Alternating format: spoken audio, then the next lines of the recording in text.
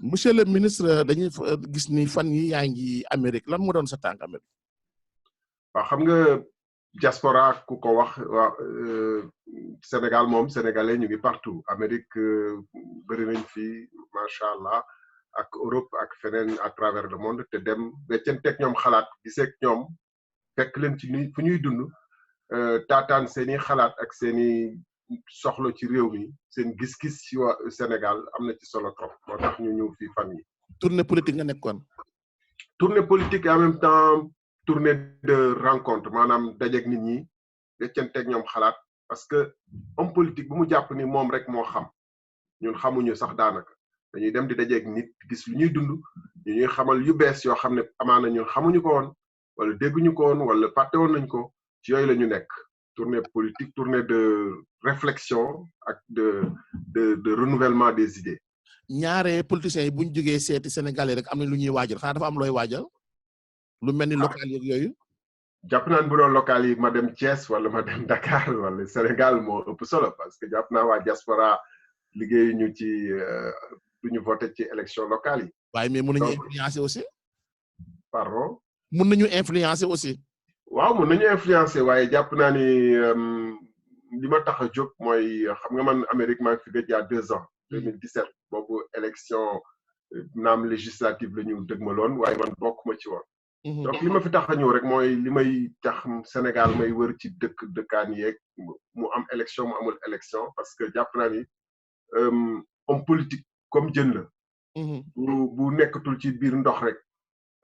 il est en danger donc ñun suñu ndox suñu milieu naturel c'est le Sénégal et les Sénégalais c'est la diaspora c'est partout où les Sénégalais sont. Vous vous définissez comme un homme politique, êtes-vous aussi un républicain? Absolument. Je suis d'abord un patriote sénégalais. Beaucoup utiliser le mot nationaliste parce que c'est assez connoté avec ce qui se passe dans l'Occident de manière générale, Europe en particulier. Mais dama doomi réew laa gëm réew mi lépp lu ma nekk Sénégal moo tax ma nekk ko lépp lu ma nekk au sens de nit dund lu ma dund yëpp Sénégal moo tax ma dund ko parce que ñoom ñoo ma yar tàggat ma def ma ki ma doon. Donc li ma am lu ëpp solo mooy sama réew mun a développer dem ci kanam te boo ñëwee fi Amérique aussi bokk na ci li ngay jàngat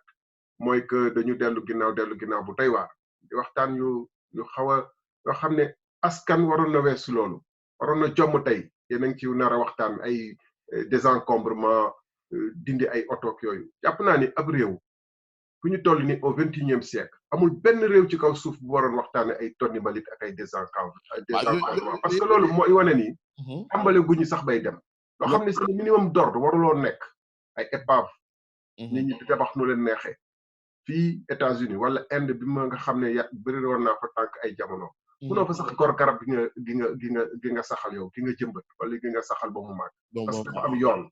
ñun nag au plein 21e siècle ay réew yoo xam ne ñun ñoo toll woon lu mel ni ay Corée du Sud ñoom ñu ngi wax ni ñoom ñoo njëkk ci monde bi teg la 5G licence 5G di ko exploiter téléphonie 5G di dem ci internet des objets maanaam di def ay robot yoo xam ne ñoom ñooy ñëw di ramasser ay mbalit teg ay robot parce que camion bu amul kuy dawal daanaka robot la di ñëw di ramasser ay mbalit di ko yóbbu ñun ñu nekk ci naka la ñuy fexe ba mbalit mi nekk Dakar ay ministre de la République bi ñëw guddi amuñu leneen lu ñu def lu dul ñu ramasser mbalit donc loolu par parenthèse la loolu pour loolu su ma la laajee ndax vous êtes républicain c'est parce que aussi li nga décrire yëpp am na solo mais est-ce que juste loolu maanaam ñuy jiite rek ñooy fautif wala Sénégalais yëpp ay fautif maanaam loolu bu wax foofu mooy yow en tant que républicain ba Sénégal demee ci ay élection ba génn xanaa ma juum waaye dégguma fenn fu yow sa républicain na nga jug féliciter président de la République comme il est de coutume il est de tradition au Sénégal est-ce que foofu aussi amul manquement par rapport ak le sens civique patriotique ak républicain bi ngay wote déet xam nga le jeu politique là du jeu xam nga même football dañu ne jeu la mais tey business la fair play lañ ci laaj mais jeu politique bi du jeu c'est beaucoup plus sérieux que ça maanaam li ma ci junni mooy bala ngay féliciter nit day fekk moom mu def affaire gentleman topp yoon gëm réew mi ñu ngi ko dénkee réew mi mu waat ni dafa war a sàmmonteeg charte réew mi mu doxalee élection yi ci yoon te ñun gis nañu ci bu ci gën a gàtt rek élection yi gis nañ ci xaalis bu bëree bëri ñu jël ko muy xaalisu askan weeg réew mi campagne ko gis nañ ci ay moyen état yu ñu utiliser gis ngeen auto poste yooyu ñu fi doon kii ak oto yu am AD gis nañu xaalis bi nga xam ne dañ ko jël di ko saax-saaxee di ko distribuer nit ñi ñooñu ñu jëfee noonu boo leen mënul tegaat ci yoon atte leen parce que loolu moo laaj violation loi la dëkk bi ñu ne mais loolu du lu bees monsieur le ministre le Sénégal a toujours fonctionné ainsi de Abdou Diouf de Senghor à Macky Sall les politiciens ont toujours utilisé les moyens de l'État pour faire leur campagne l'argent les voitures lépp ñu nit Sénégal lañu juddoo Sénégal lañu màggee xam nañ si loolu moo fa mos a dem pourquoi aujourd'hui loolu mën a nekk exception ba naqari leen à ce point. bu fekkee ne da nga bëgg sax ma jàppale la mun naa la ne am na ay jamono yu mu yéesoon parce que temps Senghor les morts votaient ak temps Diouf au début des temps de Diouf. waaye amaat da nga nekk yow États-Unis jàpp naa ni waa États-Unis 21e siècle la ñuy dund ñun ñu dund 21e siècle à moins que ñun ñu accepté dund 10e siècle États-Unis kenn xalaatu fi jël moyen wu état ak xaalisu état di ko ger bu ñuy wax surtout yéen hommes de médias yi bu ñuy wax dañu war a yóotu le meilleur du monde parce que ay doomu aadama lañu nit lañu ay homo sapiens lañu comme ñeneen waaye waruñu ni ñun Sénégal li fi nekk te ñun ñëpp ñu d'accord ni que jaaduwul comme xas na fi nekk ba pare moom mooy suñu référence dañuy jël référence ci lu gën a kawe ci lu être humain jot wala jàll te ñun damay fàttali sax Sénégal ci ñoomu tàgg ñoom Souleymane Baal ak ñooñu ay élection de daan am te dañ ko daan teg ci yoon ak ngor ak jub loolu tax ñun ñuy wax tout le temps république des valeurs parce que justement valeurs yi nekk Sénégal nga xam ne moom la ñuy sukkandiku di doxe jàpp ni c'est naturel jàpp ni comme affaire encombrement wu ordure yi jàpp ni que da ngay naan sa benn canette rek sànni ci mbedd mi wala sa këyit sànni ci mbedd mi comme jàpp ni élection aussi dañ ko war a tricher loolu la ñu war a teggi parce que buñ ko teggul on n'est pas sur la voie du développement kon boog da nga jàpp ni élection yi dafa sérieux te ñoom joxuñu ko gëdd bi war loolu moo tee ba tey yow félicité woo ki nga xam ne moom mooy le président donc est-ce que mais vous le reconnaissez comme étant le président du Sénégal quand même. Il ne mérite pas de félicitations parce que jamais des élections à part période bu ñuy wax bi 60 ak les morts votés jamais des élections n'ont été aussi organisées de manière aussi avec autant d'illégalité entachées d'autant d'irrégularité waxuma jour scrutin bi mais avant scrutin bi parce que boo xoolee ñun par exemple ni ñuy éliminer ci parrainage yi conseil constitutionnel dafa def loo xam ne dans tout pays sérieux conseil constitutionnel marul doxalee noonu dafa dina doon gudd man ma fàttali ni mu demee waaye conseil constitutionnel bu sérieux mënul doxee loolu damay jël sax loi électorale muy fi nga xam ne dañuy wax affaire doublon ñu ne bu fekkee ni Amath Diouf signal nañ Thierno Sall signal Abdoul Mbaye ñaari signature yëpp dañ koy nangu mais ku njëkk a déposé moom lañ koy compter xam nga mooy légaliser nañ ko fraude ci dans notre loi la loi qui est faite pour organiser une société pour promouvoir la transparence et la bonne gouvernance dafay légaliser fraude maanaam ki nga xam ne moom signal na ñaar ba ñett ba ñeenti yoon ku njëkk a déposé moom moo valide te loolu fraude la dañu waroon seppi signature boobu écarté ko en réalité kenn signéwul 2 fois ou 3 fois il est rare ñu signer 2 ou 3 fois ou 4 fois ñun ñi on nous a compté pour 9000 doublons c'est-à-dire 9000 signatures yoo xam ne ñu ngi ci suñu liste te ñu ngi ci yeneen liste 9000 vous vous rendez compte c'est pas possible. mais monsieur le ministre li ma jaaxal ci wax ji mooy règle yooyu yëpp yéen xamoon ngeen ko avant ngeen dem ci élection yi vous avez accepté malgré parce que nee ngeen parce que en amont organisation bi baaxul quel que soit tey li ngeen waxoon nangu woon dem ngeen élection avec les failles que yi ngeen doon décrier le fait Abdoulaye Wade moom nee na du ci dem parce que xam na ni fichier bi baaxul xam na ni ñu ko organiser baaxul lui au moins il a été cohérent mais yéen déposé ngeen dem ngeen voté ji ngeen def ngeen lépp alors est-ce que tey c'est légitime ngeen dellu si waat naan du pointer du doigt toutes ces failles là avant les élections est-ce que il y a pas un double langage là-bas. non aucunement failles yi ñu ngi foofu ba tey moo tax ba tey ñu ngi dingat code électoral bi dina nañ ko soppi ba tey ñu ngi ci wax jooju premièrement deuxièmement boo ñu waree marche ak manifester pour loi boobu buñ ko dindi nañ ko dindi buñ ko voté et puis buñ ko voté buñ ko appliqué def nañ ci la ñu mën on ne peut pas nous reprocher de n'avoir pas dit à l'avance que loi bi baaxul maintenant ñaar ñoo ci amoon bàyyi Ablaye Wade bàyyi Macky Sall mu déroulé seul bu boobaa nit ñi duñ doon comprendre luñ doon wax parce que am na tamit pédagogie nit ñi gis ni que effectivement liñ doon wax noonu la parce que boo fàttali ko Sénégalais yu bëri dañ doon wax ah bon comme si éliminé nañ leen ci parrainage yi dem leen jàppale diw wala diw le 24 ñu jëlee ko fi il fallait nit ñi dem ba jusqu'au bout du processus comprendre que ni Macky Sall li mu tegoon il n'a pas emprisonné Khalifa Sall def parrainage changer code fichier électoral beeg yooyu yëpp pour que ñu gagné ko jour élection yi loolu def naa ne Sénégalais yi tey beaucoup qui pensaient que le 24 février Macky Sall dafiy jóge ils se sont de bonne foi ils pensaient de bonne foi ils se sont rendu compte que Macky Sall du ay élection yu jaaree ci processus bi moo koy éliminer donc il faut peut-être repenser et reposer le problème du processus quant à Ablaye Wade man dama jàpp ni que moom mënuñu bokk atte ndax moom je pense que objectivement taxawaay bi mu am dafa jàppale Macky Sall waaw parce que bu fekkente ni PDS amoon na beneen candidat Macky Sall bëggul woon PDS bokk bu fekkente ni PDS amoon na beneen candidat bu boobaa peut-être élection yi dina doon gën a metti ci moom comme bu Khalifa Sall bokkee peut-être élection yi dina doon gën a metti ci moom et résultat yi di doon wuute que nu mu demee waxuma ni kon du gagner parce que comme il a mis en place un processus boo xam ne c'est un coup d'état électoral peut-être dina doon changer mais peut-être coup d'état bi dina doon gën a jafe parce que même kuy def coup d'état am force ak puissance avec lui bëgg na bu benn gendarme ak policier wala militaire taxaw en face de lui bu sañoon mu dérouler rek lépp jaar yoon lépp monsieur le ministre pour faire rapide léegi lu olof di wax bu ndox tuura an baax des loolu yëpp am na jàll na léegi le président vous tend la main ne léegi lu munti am it nañ ñëw toog ñu waxtaan xool même wax na sax maanaam parrainage bi nañ ci waxtaanaat loolu yëpp est-ce que vous êtes prêt à répondre à l'appel du président pour dialoguer waxtaan tegaat lépp ci raay yi ngir ëllëg nag ñu mën di dem ci ay élections yoo xam ne vraiment tension bi duñ ko sentir comme yi woon démb comme yi woon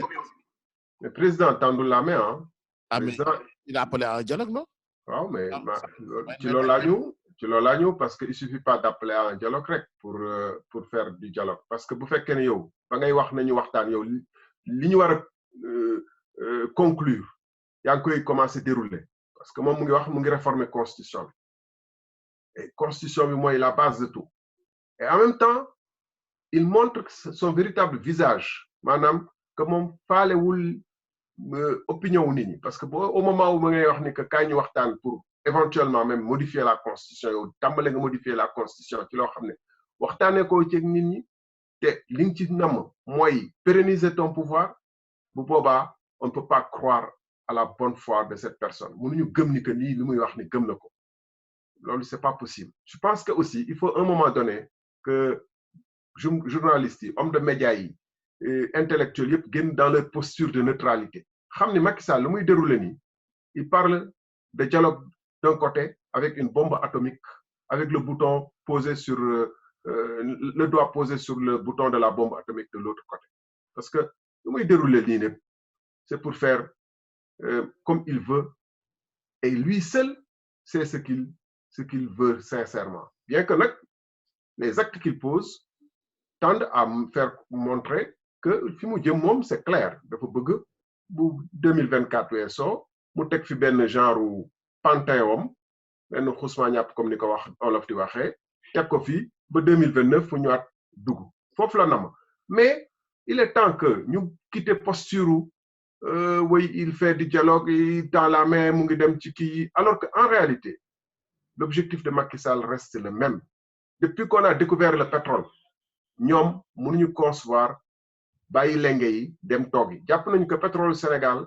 seen pétrole la gazu Sénégal seen gaz la et que ñoom rek ñoo ko war a gérer d'ici les 30 prochaines années quand je dis moom c'est lui et son groupe ma ñëw di fàttali mbokk rek ne ñu ngi dalal monsieur le ministre Thierno Alassane Sall nekkoon ki nga xam ne dénkoon nañu ko lu jëm ci wàllu énergie foofu ci gouvernement ci régime Macky Sall nga wax léegi lu am solo moom président ak ñi mu àndal dañu bëgg am la mainmise sur le pétrole du Sénégal pendant 30 années yi di ñëw monsieur le ministre foo teg jooju wax parce que ñu nit am nañu xanaa ab réew boo xam ne am na nu muy doxee am nañu ay institution am nañu administration yuy saytu pétrole bi mais bu fekkee benn clan moo ko nar a akimoo boobu man moo ma jaaxal ci wax ji fan nga teg ni ñoom dañoo bëgg a akimoo pétrole bi. waaw bu ñu nax suñu bopp ci mbirum institution yi ndax am nañu ay institution daañ ci dellu si peut-être ci kanam waaye teewul ba mu nammee signé ay contrat yoo xam ne dëppoowul ak intérêt Sénégal te dëppoowul ak yoon signé na leen peut-être daañ ci dellu si ci kanam signé ko ci noo xam ne dafa jalgati yoon moom ci boppam ak ñi ko si jàppale ñu si def signature yooyu donc loolu bu amee te benn institution taxawul du assemblée nationale du justice ñoom ñoo taxaw saytu mbir moomu ba xam ndax ñun lu ñuy wax li nekk na wala moom lu muy tontu lu ci suñu wax yi accusation yu grave yu ñuy porté ci moom ndax nekk na bu fekkee ne justice amu fa assemblée nationale amu fa bu ñu jox trop de crédit aux institutions benn bi ci des mooy bu fekkente ni dañu découvrir pétrole ak gaz d'abord da ngeen dégg ñuy wax ay comité d'orientation stratégique bu mu teg ay ministère ay ITIE ay yooyu yëpp nga xam ngeen ni kuréel yooyu sax doo leen dégg ci dara ñu ngi nar a produire notre premier baril de pétrole et de gaz peut-être ay 2021 2022 mais amul dara lu ñuy waajal pour le premier baril ak le premier gaz gis ngeen fi ay plan d'investissement yoo xam ne pour que bu pétrole bi ñëwee fekk fii lañ koy raffiner dinañ ci am ay industrie chimique ak yeneen gisugu leen loolu donc ñoom lu ñuy xaar mooy jaay pétrole bi te commencé nañ ko d'ailleurs utiliser parce que bu ngeen gisee Sénégal ñu koy lebal ay eurobond yu dul jeex ci jamono yi ñu weesu ak at yi xam naa at bi sax dina lëbuwaat yeneen eurobond dafa fekk ni di ko étaler sur 35 ans di ko defal un différé de remboursement de 5 ans dafa fekk ñu ngi gager suñu pétrole parce que Sénégal koom-koomam amul kattanu fay bor yooyu koo xam ne mënoo fay ay restaurant universitaire yi ñu ko yor mënoo fay yeneen ak yeneen du loolu. maanaam gaz suñu pétrole mooy tayle suñu pétrole quoi tayle ko teg ko en garantie nga bu wax foofu. ñu koy tayle parce que bu fekkente ni ñu ngi ñuy lebal ay eurobond de 1000 milliards de francs CFA avec des différés de remboursement de 5 ans et puis durée de remboursement 30 ans mooy. Après 2022 après 2025 sax la ñu nar a commencé fay pétrole eurobond yooyu boo xoolee volume eurobond yi nu mu tellu par rapport ak capacité wu Sénégal lu mu am de rembourser ak économie lu muy meññe actuellement loolu ñi ñu ko lebal xam nañu dinañu am pétrole moo tax ñu koy lebal parce que du koomu Sénégal moo permettre bor yooyu ndax boo gisee Sénégal tey restaurant universitaire yeeg des petits fournisseurs rek ñoo ñëpp ñu ngi jooy ni kenn fayu leen seeni bor donc état boobu mënul fay ay eurobond yu ñuy leb ñu ngi gager suñu pétrole déjà ñu ngi koy tayle ci naka ci ni ma la waxee ni ñu koy lebal xam nañu ni que dans 5 ans on commencera à produire ñu defal ko différé de remboursement de 5 ans durée de remboursement 30 ans ça coïncide avec notre pétrole bu leen fàtte ni loolu dafa amoon ay dëkk Afrique yu mel ni Tchad benn ñett mooy ci li may wax toujours mooy boo xoolee Macky Sall mu ne duma waajal kenn ku may wuutu képp koo xam ne sénégalais war nañu yaakaar teg baaraam xalaat ne kii war na ma wuutu ci ñu nekk pouvoir bi yëpp damay dama seeni laaf teg leen fële ñu dem depuis nag Abdoul Mbaye ay Alioune Badara Cissé Abdoul Mbaye Mimi Touré Thierno Sall Benoît Sambou te tout ce qui était APR qui pouvait aspirer légitimement avoir un peu d'autorité et de poids politique daf leen liquider pour des néophytes qu'il a créé de toutes pièces pour pouvoir pérenniser être le seul maître à bord lu wolof di wax lambi golo képp koo xam ne boppam mu ngi commencé jóg rek nga dagg tànk cot ko ci tànk yi mu toogaat mais monsieur le ministre loolu mu sa jàngat la man dama bëgg ñu des ci wàllu parce que Sénégalais yi fu mu toll nii dañ leen waxu pétrole ak gaz ba ñu jàpp ni fii ak 20 ans ñu développé parce que am nañ pétrole ak gaz ma dégg ci keneen tamit mi ne attention pétrole am na gaz am na mais li ci ëpp mooy gaz te suñu digganteeg Mauritanie la nekk te ñun ak Mauritanie ñoo ci dafa mel ni président si ñeneen ñoo ci yem 50-50 qu'en est-il exactement lan mooy différence entre découverte yooyu pétrole gaz lan lañ ci gën a am ak lan la ci Sénégal maanaam gën a mën a séntu ni lii dana ko indil koom. waaw ci foofu laaj nga laaj bu am solo te bokk na ci loo xam ne cin bu naree xeeñ bu baaxee bu naree neex bu baaxee xeeñ Sénégal fu ñu toll nii waroon nañ am de manière certaine ñaata la ñu am ci réserve gaz ak pétrole parce que du réserve Macky Sall du réserve APR réserve peuple sénégalais donc tey jii nii fu ñu toll ci kii bi information crédible solide certifié par ay cabinet spécialisé yoo xam ne loolu mooy seen rôle waroon nañ ko mën a jot assemblée nationale jot ci sénégalais yi jot ci parce que tey boo demee dans beaucoup de pays au monde réserve pétrolière et ressources yi c'est connu de tout le monde y a rien de stratégique ou de secret là-dedans benn le fait que ñu bañ a jaar ci processus boobu maanaam certifié pétrole beeg gaz bi fan la toll c'est déjà un manquement assez grave et qui est en soi indicateur de lëndëm bu nar a entourer gestion pétrole ak gaz maintenant pour se répondre directement à sa question bu ñu nax suñu bopp it ci côté boobu li ñu am pétrole ak gaz bari na naam mën nañu jural njëriñ naam mais taxu ko nekk de manière telle que Sénégal day nekkaat Dubaï wala Arabie Saoudite wala même Libye. Ah bon? oui te loolu Sénégalais yi war nañ ko xam opinion bi xam ko ñu joxe ci information yu leer a leer dañu tëb benn étape bu am solo ci yàkkamti bi ñu yàkkamti woon signé ay accord avec Mauritanie avec BP Cosmos ak ñoo ñëpp pour commencer def ay plateforme ak yooyu parce que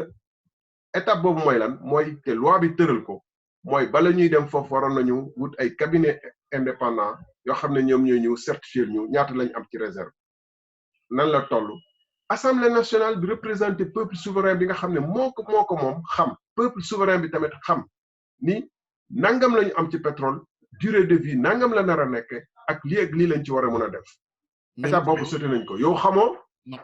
man xawma Sénégalais yu bari xamuñu mais c'est pas normal foofu damay dégg ku ci mel ni Pierre Goudiaby Atepa mi ne xëy na moom am na ay sources ni l'une des plus grandes découvertes ci 20 ans yi passé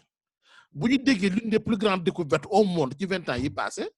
yow nga ne bu ñu xalaat mel ni Dubaï bu ñu xalaat mel ni Libye bu ñu xalaat te Dubaï yaa 40 ans mu nekk presque un désert tey pétrole bi def leen noonu ñu def damay xaw a am nag jiixi jaaxa ci kan moo am la bonne information ak lan moo tax affaire bi jaaxal dama monsieur le ministre lu tax nga waxee noonu. bon da ngeen di laaj Pierre Goudiaby Atepa mu gën la préciser li mu xalaat man de jàpp naa ni li ma wax ci ay sources yu wóor laa ko teg puisque maa nekkoon ministre de l'énergie waxtaan naak ba ñuy bu ñu découverté dañ may jox note wax ma ni jox information officiellement état wu Sénégal te ci man lay jaaree information boobu doog a yéeg ci kaw ak dem fi mu war a dem yëpp bu ngeen neexee aussi ngeen xool parce que loolu aussi liggéey bu simple mun ngeen dugg ci presse bi xool wala site Cosmos BP Kern énergie xool la ñaata la ñu annoncé comme la ñu évaluer découverte yi ngeen xool par exemple Mozambique ñaata la découvrir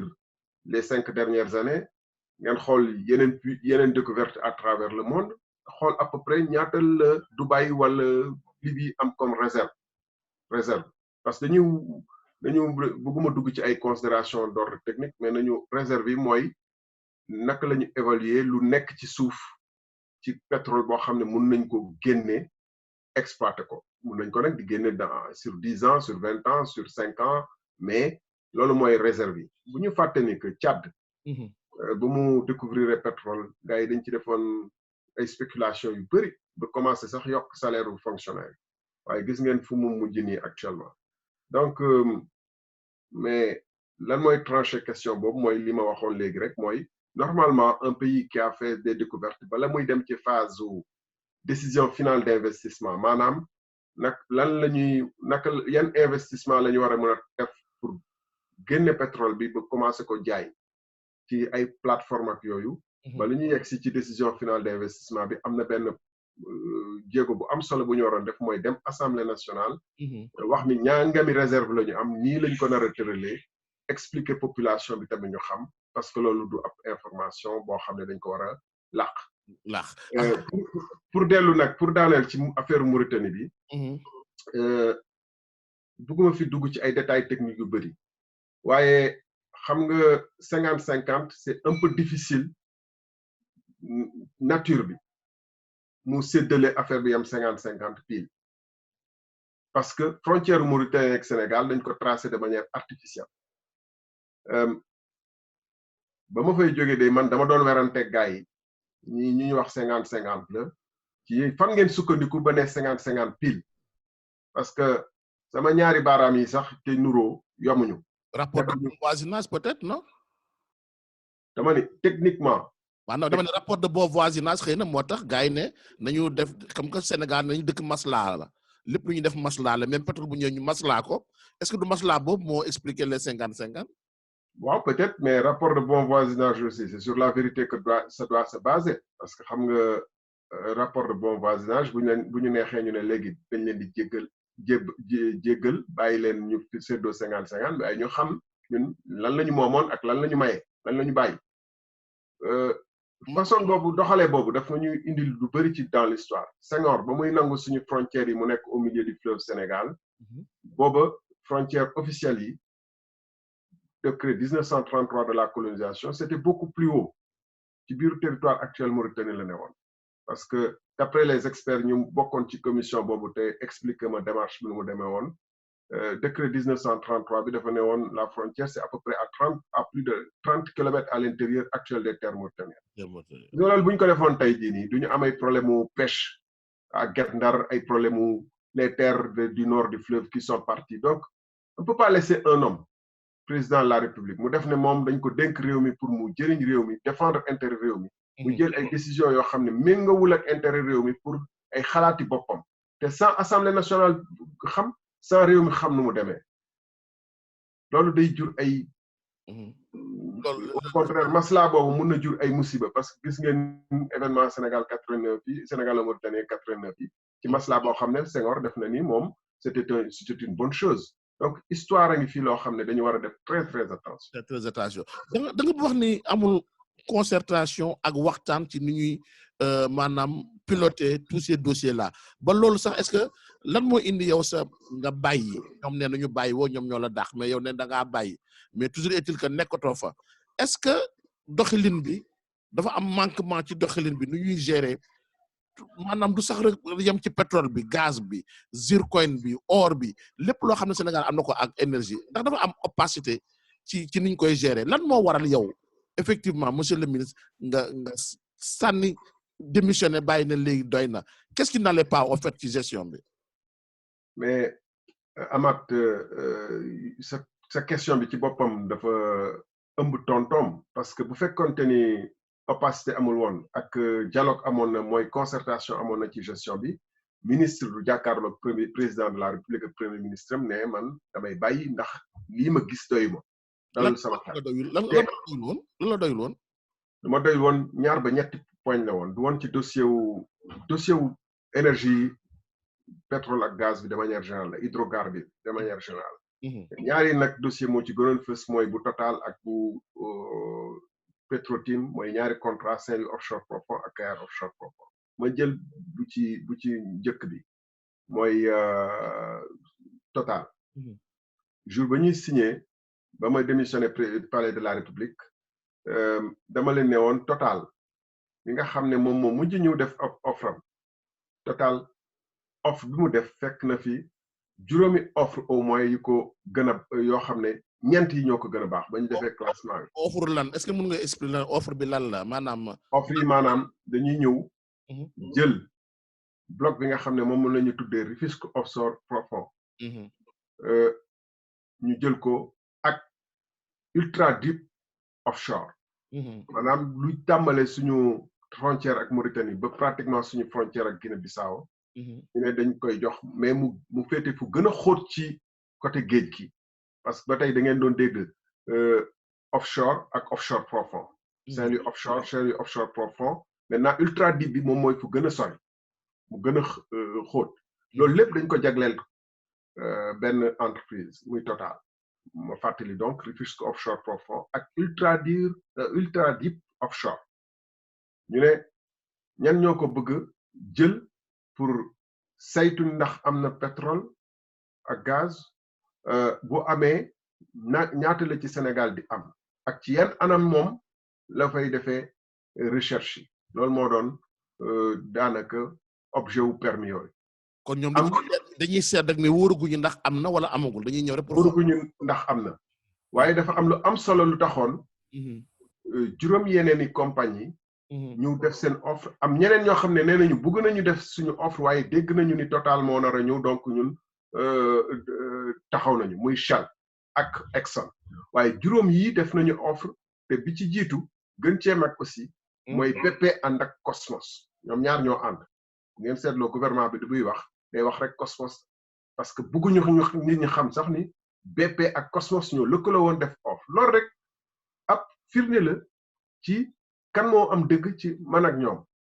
parce que ñoom bu ñuy wax seen communication déglu leen bu baax xoolaat leen internet bi di ngeen gis ni ñoom Cosmos rek la ñuy wax alors que BP Cosmos ñoo lëkkaloo def benn offre fekk nag yeneen offre y compris bu Total bi ñu def suñu classement bi man maa def classement bi Petrosen moo def classement bi ak ay techniciens au ministère bi ñoom ci seen wàllu bopp ñu ne BP ak Cosmos ñoom ñoo jël premier Total jël 5e. maanaam lu tax Total jël 5e. premier mooy offre bi ñu def moo gën a baax moo gën a rentable. moo gën a baax ëppal Sénégal solo. lu tax Total jël Total jël 5e bu ñu ko comparé ak offre BP bi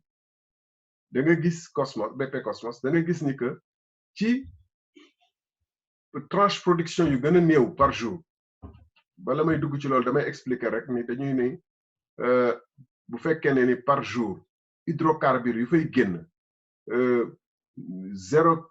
baril la ba 60,000 barils jour wala 30,000 barils jour bu boobaa dinañ ko séddale gouvernement Sénégal am nangami %, compagnie bi am nangami %.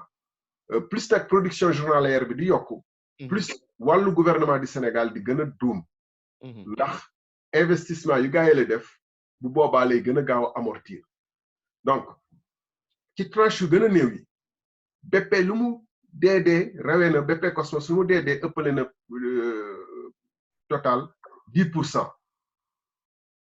10% lu am solo la. mais lu gën a doy waar mooy ci tranche yu gën a lu gën a doy waar mooy ci tranche yu gën a kawe yi BP Cosmos seen offre ëpp na Total 25% daanaka 25% mooy ñeenti boo ko xaajee ñeenti xaaj benn xaaj 25% dafa bëri ci production journalière bi donc. maanaam fu ñu mënoon am fii dërëm ci Total fële mënoon nañu fa am juróomi dërëm ci BP 25%. 25% la ko ëppalee daanaka bu ñu mënoon am téeméer ci Total dinañ am téeméer ak ñaar fukk ak juróom ci BP. waaw à peu près. maanaam luy dugg ci gafaka réew mi ci keesu réew mi Sénégal loolu amul laam-laame te BP amul fenn fu ko Cosmos mënee ci benn fànn ndax bu fekkee ne doole kattan xam-xamu affaire yooyu yëpp bu ñu tollawul BP Cosmos ëpp leen surtout bu Cosmos ñooy fekk si BP nga xam ne BP rek déjà moo mën Total. waa mais monsieur le ministre man dama xaw a confus BP Cosmos di ñoom tam la ñuy dégg ci Petro-Tim. maanaam maa ngi fay ñëw di leeral loolu ñoom ñoo nekk ci BP kii Petro-Tim. bismillah léegi donc leer nañu côté boobu. que lu ñu signé contrat bi baaxul te contrat doone non amuguñu découvrir wuñu rek damay signé nu ma neex parce que bu ñu découvrir day fekk ni li nga naroon am du am solo. te dootoo mën a dellu ginnaaw. dootoo mën a dellu ginnaaw surtout boo xoolee compagnie yi nga xam ne ñoom ñoo ëpp suñu réew yi sax doole donc loolu am na solo ñu noté ko bu may daanelee ci fànn boobu mooy. Rufisque Offshore Profond dafa nekk ci diggante Sangomar fi nga xam ne foofu la ñu découvrir pétrole. ak Kayar fi nga xam ne découvrir nañ fa gaz loolu moo taxoon compagnie yu bari ñëw bëggoon jël Rufisque Offshore Profond boobee ndax dafa nekk diggante ñaari région ñaari bloc yoo xam ne découvrir nañ fii pétrole fii gaz donc mën nañ am yaakaar ni am na lu fa nekk loolu moo taxoon ñu bari ñëw song si te man nekkuma woon pour ñu jox ko BP wala pour ñu jox ko Cosmos wala pour ñu jox ko Total dama ne woon nañ ko denc bu pétrole bi commencé xelli ci Sénégal ñu am kattan tuuti ñu demal suñu bopp ndax loolu mooy gëm sa réew loolu mooy nekk républicain du féliciter président de la république wala et cetera mais gëm sa réew ba nga xam ne lépp luy sa intérêt réew moo lay gënal te mu jaral la lu ne man maa retiré woon Rufisque offshore profond boobu ci Timis mi ko yoroon bon ñu dellu nag ci deuxième bi mooy affaire Timis bi justement am lu bëgg leeral foofu ñoom bu ñu ñëw di signer contrat yooyu classé nañu BP Cosmos ñoo doon premier Total moo jël 5e am na ñeneen ñu nekk ci diggante bi maanaam bu ñu leen di jox licence bi ndax en retour dafa am chèque bu ñuy bindal Sénégal ci licence boobu rek wala dañuy xaar ba production bi commencé li Sénégal bi am ci parce que yenn saa dañu doon dégg ni dafay am maanaam jënd licence bi daal carrément est-ce que noonu la demee wala demeewul noonu. dafay am ndax bu ñuy signer contrat. par exemple contrat bi nga jox bu ñuy jox Total te yow d'accord woon ci. est-ce que Total buy signer dafay jox aussi chèque Sénégal ci contrat boobu rek wala dañuy xaar ba exploitation am Sénégal commencé ci bénéficier wu. waaw xam nga ñun type de contrat bu ñu tànn dañu ni contrat de recherche et de partage de production maanaam ci compagnie bi muy BP wala Total day ñëw dugal alalam moom pour def ay recherche mun na am du trouver mun na am mu trouver comme day jël risque nag bañ a trouver moom bu ñëwee du joxe dara ndax garantir luñ ko ni moom dina trouver te duñ ko rembourser donc bu ñëwee du joxe maintenant bu trouver nag bu boobaa ñu séddoo donc loolu moo tax normalement warul joxe dara waaye léeg-léeg ñu def ay bonus de signature te fii nii pour la première fois amoon na bonus de signature yu dul yoo xam ne compagnie bu ne parce que ñu ne comme signé ñu jox gouvernement bi dara daal teg dara ci loxoom rek parce que signé nañoo ak moom loolu sax bokkul woon ci loo xam ne ñun dañ ko daal laaj en tant que ci code bu ñu sukkandikoo ci code pétrolier bu bees waaye du xaalis bu bëri ay 5 milliards 2 milliards 1 milliard yi yoon amoon nañu proposé j'ai plus les chiffres en tête 5 millions ou 10 millions de dollars muy ay 5 milliards ou bonus de signature est-ce que xam nga ko wala mujjoo koo xam jàpp ma chiffre yi en tête mais boo defee classement bi yëpp daal au total BP boo xoolee critères yëpp BP moom moo jël première position BP Cosmos te jàpp naa ni BP Cosmos tamit bonus de signature bi au moins méngoo woon nag bu Total mais bu ñu classé bonus de signature yi ñaata la ñuy delloo bu ñu trouver pétrole ak gaz ñaata la ci ñaata at ci yan condition la ñuy ñëwee ak doyaayu compagnie bi ci boppam parce que bu ñu fàtte ne BP moom moo ëpp Total bu Cosmos bi nga xam ne moom moo ñëw découvrir gaz au Sénégal pour la première fois à Saint-Louis et à Kayar ñëwee fekk si ko donc ñooñu xam nañu Sénégal miin nañ fa am na lu ñu fa jot a manoore yi ñu fa jot a wone bu boobaa ñooñ ñaar bu ñu lëkkaloo ñoom amatuñu sax laam-laame ni ñoom ñoo war a sut Total donc li ma jaaxal mooy BP Cosmos ci wàllu Petro-Tim tamit coow li dafa bare woon pourquoi nga bëgg dellu si parce que nee nga da nga bëggoon buñ ko exploité yooyu nañ ko bàyyi mais ñoom d'accorduñ ci mais bu dem bay joxe pourquoi BP Cosmos coow li bëri woon loolu ci Petro-Tim nga bëggaat leen jox bi est-ce que foofu tamit monsieur le ministre amul jafe-jafe. voilà moo taxoon gars yi du woon loolu sax mais naa la laaral mais sa question bi daf may ma tontu ci lu ñuy wax ni que man dama amoon benn préférence pour Cosmos man ci affaire Petro-Tim bi Timis bi deuxième dossier bi problème bi ma amoon ak ñoom justement c'est un peu compliqué mais Timis dafa ñëw jël contrat bi dans des conditions yoo xam ne dëppoowul ak yoon ci jamono Ablaye Wade rapport inspection générale d'État boo xam ne Macky Sall moom moo ko commandité wane ni que contrat bi ci diggante ñaari tour élection 2012 lañ ko signé li may wax nii nag ba ma génnee gouvernement bi laa lire mais pour nit ñi mën a comprendre loolu laay njëkkee ba ma nekkee ministre damay expliquer ni jotuma woon rapport dégguma woon ni inspection générale d'État ñëw na fa xaw ma woon lañu wax waaye dama def samay gëstu bopp gis ni que Timis mi amul capacité ni technique ni financière maanaam amul kattan ci wàllum koom ni ci wàllum xarala war a mën a def dara ci suñu pétrole bi te defuñu fi dara dañ leen jox permis naam boobu xaw ma woon sax ci yan anam lañ leen jox permis waaye boo gisee ni ñu doy rek nga xam ne ñii waruñu woon yor permis bi joxoon nañ leen contrat ñu ngi fi waaye waruñu fi mën a yor dara te defaguñ fi dara loolu laa constaté woon ba ma ko constaté tamit bala loolu débat bi ñëwoon na ñu laaj ma ci ay yooni yoon maa ngi fàttali benn émission bu ma def le 26 août 2016 le 28 août 2016 ci RTS Oumar Gning maa ngi woon ministre de l'énergie mu laaj ma dégg nañu affaire Petrotim bi ay coow lu bëri dégg nañ ci affaire président de la République ba tax nañu bëri nee nañu est-ce que contrat boobu valide na ma ne ko en tant que frère de président de la République gisuguma sax ay intervention ci biir maa ngi nag gëstu contrat bi ci wàllu boppam lu ma ci gis loo xam ne méngoowul ak yoon mën naa jël samay responsabilité loolu sénégalais yi c'est important ñu gis ko parce que débat bi ñuy def bi amul solo bu fekkente ni waxu démb ak waxu tey mënuñu ko lëkkale xool fan la dëgg féete loolu laa waxoon 28 août 2016 mun naa la envoyer lien bi boo paree par WhatsApp nga partagé ko ci RTS nekk en français laa waxoon je dis le jour où je constaterai des irrégularités je prendrai mes responsabilités donc loolu moo ñëw parce que dama def samay boobu coow li bëri na ma def samay enquête bopp du moom rek moo ma ci posé woon ah Baye Omar Gueye posé na woon ci question Cheikh Mamadou Ibra Kane mais ma def samay enquête bopp parce que loolu moo ma war comme coow li bëri na bëgguma sukkandiku ci ma Samba bëgguma sukkandiku ci ma Demba ma def samay enquête bopp li ma enquête yi jox mooy Timis andiwul xaalis bii war a tax ñu ne am na lu mu risque wala influence wala dara lu mu def ci suñu pétrole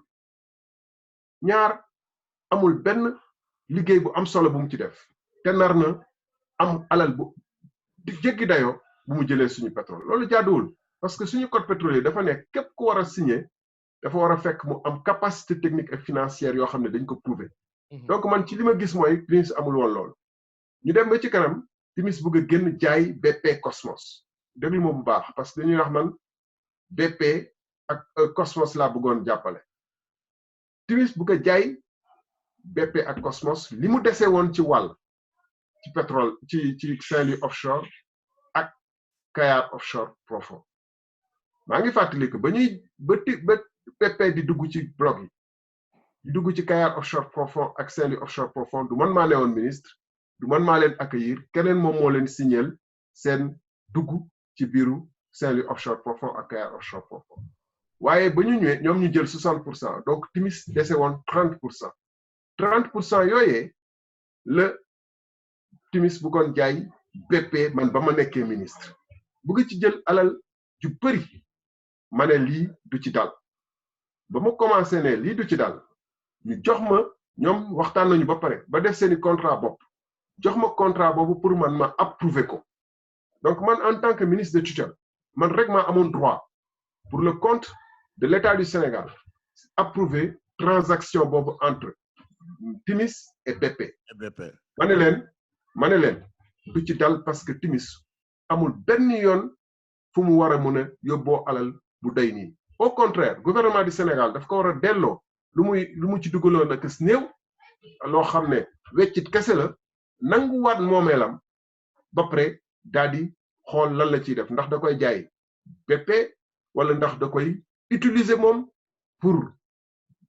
investir ci pour am lu ëpp solo ci gazam ndax am na occasion nangu lu Timis yore woon loolu nag indi coow lu bëri sama digganteeg président daanaka parce que premier ministre moom ombre président la rek ci ñaari fan ba ñett avant ñuy signer contrat wu Total bi et jàpp naa ni loolu moo tax ñu xëcc contrat Total bi ci kanam andi ko pour coow li sama démission parce que xamoon nañu man je suis dans une position radicale damay dem sama démission am ci affaire Timis bi ci affaire Total plutôt que ci affaire Timis bi bu may daal ci fànn boobu ci mbirum Timis boobu ba ma démissionné dem génn gouvernement bi ci laa yëg ci laa commencé gëstu toog ay je crois 2 semaines après Baba Aïdara génne ak Sud génne non ak quotidien le quotidien moo génne benn publication résumé wu rapport d'inspection générale d'État seen journaliste bi génne moom it beneen ay vidéo ci laa doog a yëg ni que ndeke rapport inspection générale d'État am na fi depuis 2012 inspection générale d'État def na fi mission dem xool ci yenn anam la ñu signé contrat wu Timis bi en 2012 ñaari contrat yooyu Saint-Louis ak Kayar et que ñu établir que contrat yooyu dañ ko signé en violation des lois en 2012 ci diggante ñaari tour élection présidentielle non seulement dañu violer loi bi mais dañu antidaté sax contrat bi ndax ñu ngi ko signé en mars te date bi ñu def ci contrat bi 17 janvier 2012 la woon alors que Timis Petro-Tim ci boppam ñu ngi ko sos 19 janvier donc entreprise bi nga xam ne moom moo signé contrat bi ci boppam nekkagul woon juddugul woon ci jour bu muy signé contrat bi waaw. loolu lu doy waar la monsieur le ministre xam naa temps bi dab nañu nag mais dafa am loo xam ne dama ko bëggoon leeral aussi. coow li bëri na trop ci wàllu pétrole beeg gaz bi. li nga fi wax yëpp tey man xaw naa am ay tuuti friction parce que dama naan mais est-ce que parce que dama seetaanoon benn reportage sur le pétrole du Congo Brazza. Avec Elf dans les années 70. Pratiquement congolais sax xamuñu woon ñaata pétrole moo doon génn ci seen dëkk. De A à Z français yi ñoo ko géré woon. Est-ce que tey ragaluñu ni bëgguma tudd tur bi parce que comme gars yi naan xam nga quelque chose de maudit moom dama ko bëgg di tudd mais est-ce que lii duñu indil maanaam ay jafe-jafe ci wàllu ndax sénégalais ñu ngi koy séntu te est-ce que lu ñu nar a jot du indi déception par rapport ak liñ ci bëgg séntu la dernière question na laa bu fu ma bëgg nga yowmatu mooy le zircon lu tax duñ ci wax fan la zircon bi maanaam est-ce que Sénégal mi ngi ciy gis boppam zircon ndax am na njariñ bokk ndax am nañu njariñ ñun Sénégal monsieur le ministre. Ah, très bonne question parce que bu zircon bi dañ ko war a lëkkale rek li fi jaar suñu phosphate bi amoon fi ay ICS fan la mujj wala Niger ak uranium bi wax nga Congo ba tudd pétrole bi te ñu nekk pétrole Congo bi ñoom ñoo ñëw suñu Rufisque offshore profond muy Total. Donc c'est la même entreprise. te gis nga Congo amul woon wala Gabon la plupart des pays d'Afrique noire c'est important de préciser ça parce que Algérie Libye ñoom ñoo moom seeni pétrole boobu parce que ñoom ñoo ñu gën a nationaliste gën ñu gëm seen réew seen président yi gën a am attitude fière et nationaliste par rapport à leur pays. Mais justement lu tax loolu pourquoi qu'est-ce qui fait cette différence là monsieur le ministre. Mais c'est une question mën a gérer seen pétrole ñun Afrique noire amul benn dëkk boo xamee ni naxuñu la wulewuñ la dans la farine pourquoi. Mais c'est une question de nationalisme gëm sa bopp gëm sa réew malheureusement il faut le dire waxuma ni ñun seen noir yi ñoo mel noonu parce que Mamadou Dia mu ngi fi woon il était très nationaliste gëm réewam très patriote mais ci anam yi ñu signé suñu pétrole ak gaz bi ak zircon yeeg yooyu naruñu ci am lu am solo loolu mooy réalité bi bu fekkee ni ñun ñu ngi wax nag man en tant qu'ancien ministre c'est une lourde responsabilité un ministre ah bu fekkoon defoon naa ci li dëppawul ak yoon jàpp naa ni du ma fi sañ di toog ci ay télé di wax di joxe explication ak ay chiffres ak ay faits yu précis ak ay accusations yu graves parce que n'est que un président de la République ou un premier ministre ont violé la loi en signant le contrat avec Total le 2 février dans l'après-midi gannaaw ba ma démissionné ça c'est une accusation grave léegi des na nag population bi xam nga lu ñu wuute aussi gis nga Algérie depuis 1 mois et quelques ñu ngi manifester naam situation yi wuute na différence yi wuute na etc. Mais c'est une longue tradition de lutte pour leur indépendance d'abord et leur indépendance économique ensuite qu'ont les Algériens bu ñu fàtte ni ñoom 54 dañu jël lutte de libération pendant que ñun suñu homme politique yi en particulier ay ñu mel ni Senghor ñu ngi signé en 58 6 ans après 6 ans après ñu ngi voté référendum 8 constitution oui ñu am maanaam nañu continuer colonisation. Alors ñun homme politique yooyu ak mentalité boobu d'aplatissement devant la France moom la ñu mus a am même ba Guinée voté non dañu ne Guinée dina trox ñun ñëpp ñu dumóoyu Guinée nekk du côté de la France. Donc loolu mooy wéy ba tey mentalité boobu ak état d'esprit boobu ak doxalin boobu parce que fi may daanelee ci côté boobu mooy population bi tey ñoom ñoo waroon intellectuel universitaires yi journalistes yi war nañu xool man li ma wax ndax nekk na am déet mënuma nekk ak ñeneen d'autres anciens premiers ministres etc. di wax des journalistes di wax di ne pétrole et gaz bi liñ ci def jaaduwul mu mel ni seeni moomeelu bopp la ak seeni cas particulier la ñuy prêter mu mel ni man dama am benn dossier personnel boo xam ne dama waroon dem tribunal nekk ci rajo yeeg yooyu di wax alors que c'est un dossier boo xam ne ça intéresse l'avenir du Sénégal et des enjeux stratégiques importants donc il y aurait dû y avoir des pétitions des marches etc. société civile bi jël ko gars yi gëstu ci xool ndax li may wax nekk na am déet ndax lu Abdoul Mbaye di wax nekk na am déet nee na dañ ko signaloo un faux mais kenn yëngatuwul mel ni pétrole Abdoul Mbaye la wala pétrole Thierno Sall. mais aussi dafa am benn genre pense ba benn genre loo xam ne Sénégalais dañ koo gëm que ni coow maanaam pétrole bëggul coow lu bari ba tax na Sénégal yu bari ragal nañu coow parce que day indi malédiction est-ce que loolu aussi ça va pas aider et toute dernière question est-ce qu'il y a possibilité de revoir tous ces contrats? Oui, non, d'abord pour les questions de malédiction là je pense que politique de l'Autriche moom moo gën a mën a indi malédiction fàttali ko naa sànq fàttali leen naa ko sànq ci mbirum frontière avec le cas Senghor. Oui. Ensuite boo xoolee pays yu am problème pétrolier gaz yëpp malédiction bu ñuy wax c'est les pays yoo xam ne justement dès le départ on a géré dans l'opacité et contre les intérêts du pays may daanelee mooy contrat yoo xam ne ñaar ñi ko signé ñëpp xam nañ bañ koy signé dañu violer loi autant dans le cas de Timis que dans le cas de Total normalement contrat yooyu war nañ ko mën a changer parce que boo jëlee cas Total bi ñoom xam nañu ni que premier ministre ba mu koy signé il n'était même pas encore son décret n'était même pas encore publié dans le journal officiel il n'avait pas pris fonction en tant que premier ministre parce que amuloon passation de service mu ngi signé le 2 mai maa ngi moom ñu ngi def passation de service le 11 mai décret bi que def premier ministre publié wuñ ko ci journal officiel mu signé ba muy signé xam nañu lu muy signé jaarul ci circuit bi mu waroon jaar yëpp parce que par exemple ministère des finances waroon na joxe point de vue am ci contrat boobu joxe gu ko man maa ko waroon laaj bind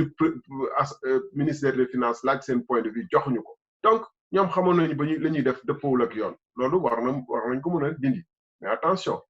Total c'est une puissance énorme qui est appuyée derrière un pays extrêmement puissant également qui a beaucoup de relais au Sénégal donc ça va être assez compliqué parce que ñi ko signé ils avaient quand même le discernement bañ koy def ñoom ñoo tey xam nañ ñu ñuy def et ils représentent légalement le pays. mais attention boobu nga wax monsieur le ministre daf may xaw a parce que boo ne attention dafa mel ni bëgg nga ñu dem mais daf leen nànk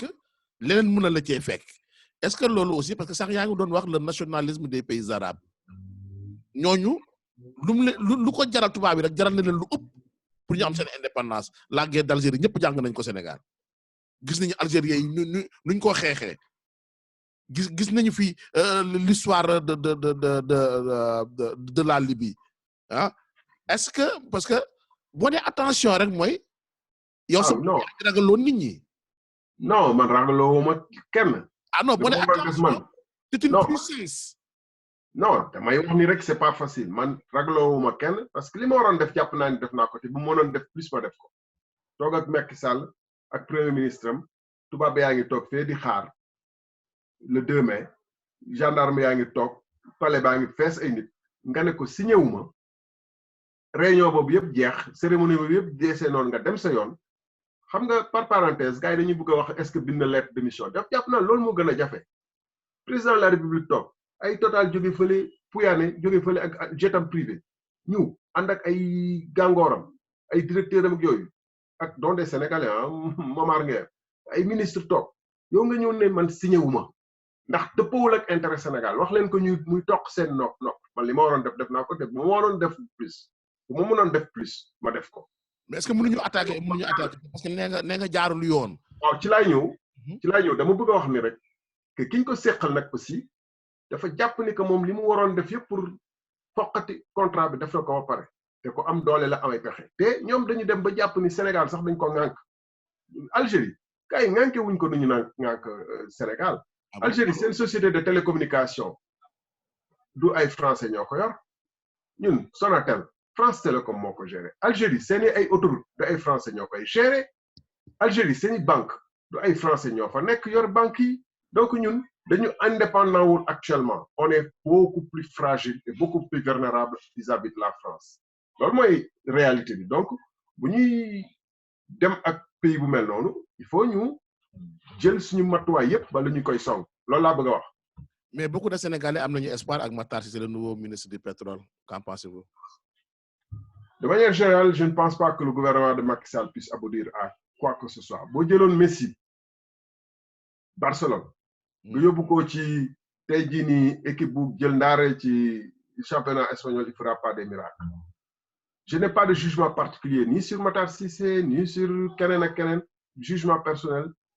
J'ai aucun sentiment personnel vis-à-vis de ça, bien que lui, j'ai beaucoup d'affection pour lui, mais ça, c'est l'homme privé qui parle. Personnellement, gouvernement bi, de manière générale, bu fekkee ni Macky Sall orientation yi mu ko jox la koy jox et ça va être pire dans les semaines, les mois, les années qui vont venir, mais il n'y aura pas de résultat. Il n'y a pas de que on est face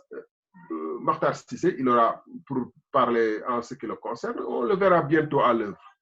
Il n'aura d'autre choix que de faire ce que Macky Sall veut. Ou, si il est dans les sentiments comme moi là, de se démettre. Parce que pétrole et gaz, Macky Sall nee na man maa koy gérer nu ma neexee alalu golo la kii la wax alalu golo la wax ay gis nga le ministre là. J'étais ministre de l'énergie. À un moment donné, j'ai senti que comme je faisais un peu de la résistance, il a créé son COS. Quelqu'un qui est à la retraite depuis longtemps, Ousmane Ndiaye, qui est même un expert. Non, il est même totalement out page. Il est hors de page, outdated. Mom la fa tek, waji xamul lu muy doxé, mom moy décider diko deflo. Après nak mu bëgg jël ay prérogatives au ministère bi. En matière de stratégie, d'orientation, etc., dénk ko ko pour que après moom ministère bi n'a qu'à exécuter les décisions de kii dem jëlee ay d'ailleurs un ancien professeur de l'Institut français du pétrole j'ai oublié son nom là Gavanek ou quelque chose comme ça Jean-Pierre voilà def ko conseiller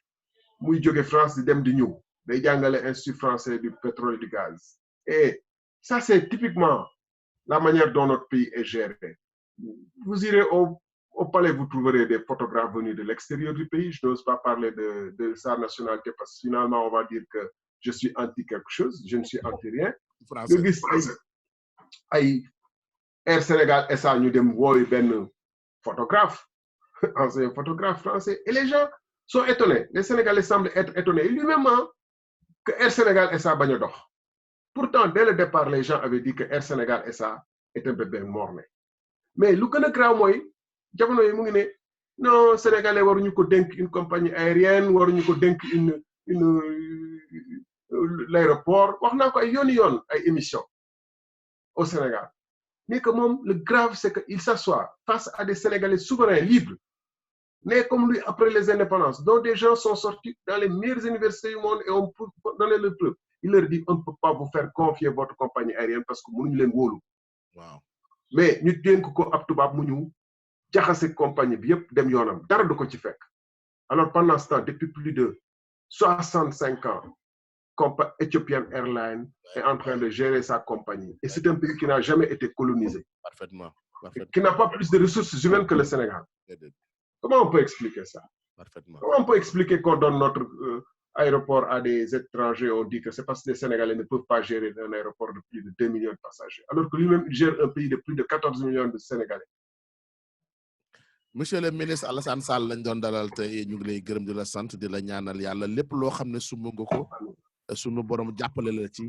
leeral sa yoon lépp loo xam ne it njëriñu Sénégal la te nga ciy dox yàlla la ci yàlla defal ndam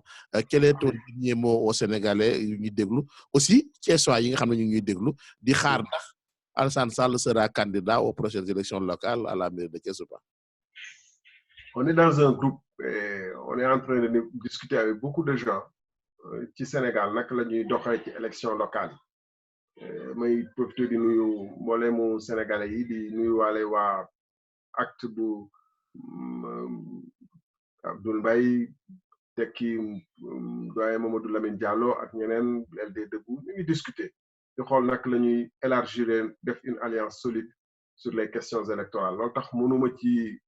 àddugum tant que discussion yooyu joxewul ba ñu mun a wax clairement lan la ñu sumb ak fan la ñu jëm incha allah maa ngi nuyu waa Thiès nag particulièrement surtout waa Thiès ñu nekk diaspora gi yëpp xam nga nag vraiment sa temps jeex na dëgg la mais man dama am benn question boo xam ne du woon pour auditeurs yi mais c'est personnel pour man. C'est personnel quoi. Honnêtement dama ni pourquoi Thierno Alassane Sall juge Amidou Dème Ousmane Sonko Pastef ba ci Abdourahmane Diouf mi démissionné barki démb cette pépinière là lan moo leen mën a tere nekk ensemble ñi nga xam ne yàlla def nañu am na parce que c'est pas aujourd'hui que nga te posé ay acte monsieur le ministre ay acte moom yaa ngi ko posé di bañ ñëpp xamee nañ na ko Sénégal de tout le temps sa xam-xam macha allah sénégalais yi xam nañu ko mais quel est le frein qui fait que ni ñi nga xam ne tey bu ñu booloo woon sénégalais gis un renouveau gis ay borom bopp mais ay bañkat tamit lan qu'est-ce que vous empêche d'être ensemble monsieur le ministre man c'est une question personnelle te ba pare nag mu tenir ma à cœur quoi. waaw mais ni nga koy waxee d'ailleurs daw na yaram mooy dafa daw yaram parce que gëm nañu ni bëgg ngeen Sénégal lu baax comme ñun ñi. wallaay sax ñun amaana benn échantillon bu ndaw la rek ci Sénégal man bu ma sañoon waxuma Thierno Sall les meilleurs dirigeront le Sénégal ñun ñu dem toog ma sañoon man te personnellement te lépp lu ma ci mën naa ko ci def ci kaw nag ñu war a mën a ànd ci kaw dëgg ak bokk jikko parce que man à titre personnel li may wax rek souvent mooy Macky Sall j'ai eu une grosse déception parce que bokk naa ci membre fondateur u APR. Bien sûr. Poser ko ay questions dont l'une c'était que est-ce que da nga dem voter dans le bureau de vote en 2001 xawma sans carte d'identité nga forcé parce que loolu bu fekkante ne am na mooy kii war ñu mun a ànd ak yeneen question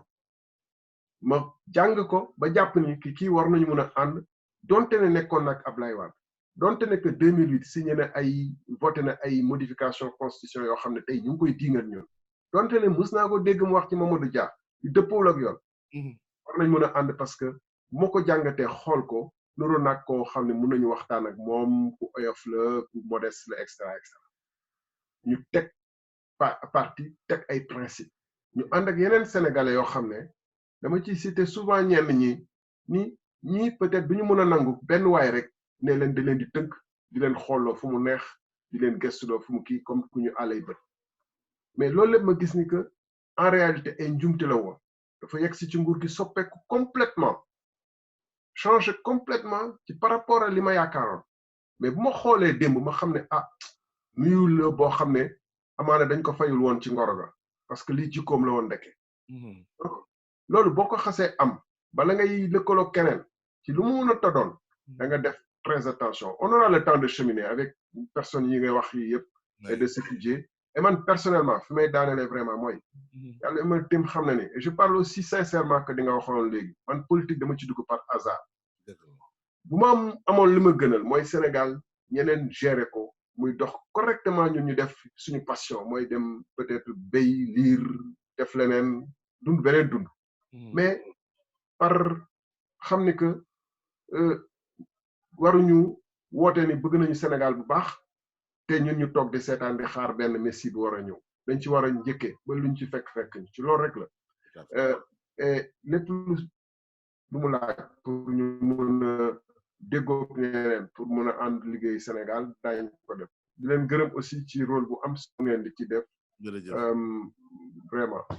jërëjëf monsieur le ministre jërëjëf yàlla na la fay merci mel ni temps bi jërëjëf merci amiin amiin di leen gërëm bu baax bonne continuation yi merci Thierno Alassane Sall mbokk yi lañ doon dalal dégg ngeen waxtaan wi am na solo